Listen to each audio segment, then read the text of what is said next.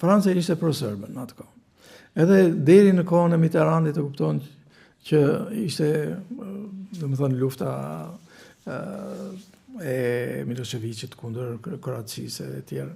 Dhe Mitterrandi thoshe që unë kur nuk do t'i bëj një luftë Serbisë. Mirë po, në kohën e Shirakut, domethënë, ishte vetë ngjarje e Kosovës, ishte vetë ky spastrim etnik i cili i elektrizoi të gjithë personalitetet botërore, mbrojtëse të së drejtës, mbrojtje të humanizmit, mbrojtës të një entiteti, të një identiteti, nuk mund.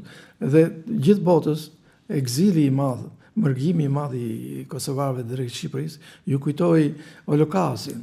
Dhe pikërisht kjo e bëri që edhe Franca të ndryshojë qëndrim, të bëhet të marrë pjesë pikërisht në këtë forcë të madhe demokratike e cila ju kundërvu agresivitetit dhe spastrimit etnik të iniciuar nga Miloševići.